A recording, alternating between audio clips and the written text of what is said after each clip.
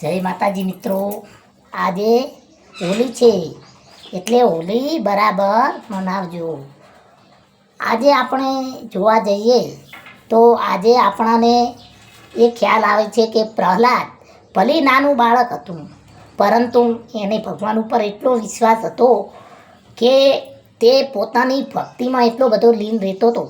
તો મિત્રો, પ્રહલાદને બહુ જ વિષ્ણુ ભગવાન ઉપર વિશ્વાસ હતો, એટલે એના પિતા હતા તે બહુ જ તેના ઉપર ઈર્ષ્યા કરતા હતા અને કે જા તેને પહાડ ઉપરથી નીચે નાખ્યો, પણ પ્રહલાદને લીલો નખ ભગવાને વિષ્ણુ ભગવાને ઉતરવા આપ્યો નહીં। અને બીજી વાત કે તેને સળગતા થંભે બાથ ભરાવાની હતી, ત્યારે પ્રહલાદને મનમાં એવું થયું કે આવા સળગતા થંભે હું બાથ કેવી રીતે ભરાઈશ।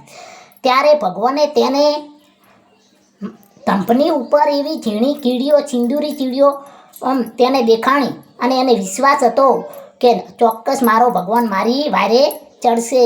અને સળગતા થંભ ઉપર ઝીણી ઝીણી કીડીઓ જોઈ અને તે પ્રહલાદે થંભને બાથ ભરાવી અને એને ભગવાન ઉપર એટલો વિશ્વાસ હતો કે મારો વાલો મારી વારે આવશે જ, કારણ કે તેને તેની ભક્તિ ઉપર એટલો બધો વિશ્વાસ હતો। અને મિત્રો, સાચા દિલથી કરેલી ભક્તિ ક્યારેય નિષ્ફળ જતી નથી, અને તમે પરમાત્માને ભજો, એ જ તમારો મનકા અવતાર પાર પાડે। મારો ભગવાન સૌનું કલ્યાણ કરે મિત્રો। અને જે કોઈ ભક્તિ કરતું હોય તેના ઉપર ક્યારેય કદી ઈર્ષ્યા ના કરવી। આપણે ના ભજી તો કાંઈ વાંધો નહીં, જે મિત્રો ભજતા હોય એને આનંદમાં અને શોખમાં રહેવા દેજો મિત્રો, અને ક્યારેય એનું અપમાન ના કરતા, કારણ કે એને પોતાના ભગવાન ઉપર એટલો વિશ્વાસ છે। અને મને પણ એટલો વિશ્વાસ છે કે જે ભગવાન સાચા હૃદયથી ભગવાનને માને છે તે ભગવાન પોતે પણ એ ભક્તના કામ કરી જાય છે। તમે જોયું કે પ્રહલાદની ભક્તિ એટલી બધી હતી, તેને પોતાના ભગવાન ઉપર એટલો વિશ્વાસ હતો। પછી નરસિંહ મહેતા, પછી મીરાબાઈને ઝેરના અમૃત વાલે કરી આપ્યા, અને નરસિંહ મહેતાના મોમેરા ભર્યા। આ બધાએ આપણે મોટા મોટા સંતો અને ભક્તોને આપણે જોઈએ છીએ મિત્રો। તો જય માતાજી।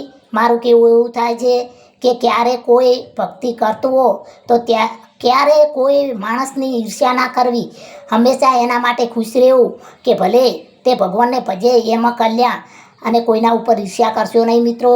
અને સૌ ભગવાનને ભજજો એવી મારી પ્રાર્થના છે।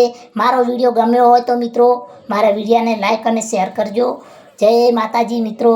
અને જુઓ, પ્રહલાદની ફઈ હતી હોલિકા, એ પ્રહલાદને લઈ અને અગ્નિમાં બેઠી હતી, પણ પ્રહલાદને કાંઈ થયું નહીં, અને હોલિકા અગ્નિમાં બળીને ભસ્મ થઈ ગઈ, કારણ કે એને ઈર્ષ્યા હતી કે હું બચી જઈશ અને પ્રહલાદ બળી જશે।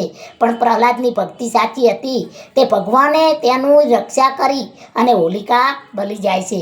મિત્રો, આ વાર્તા તમને ગમી હોય અથવા આ તમને વિડીયો ગમ્યો હોય તો મારા વિડીયોને લાઈક અને શેર કરજો। જય માતાજી મિત્રો।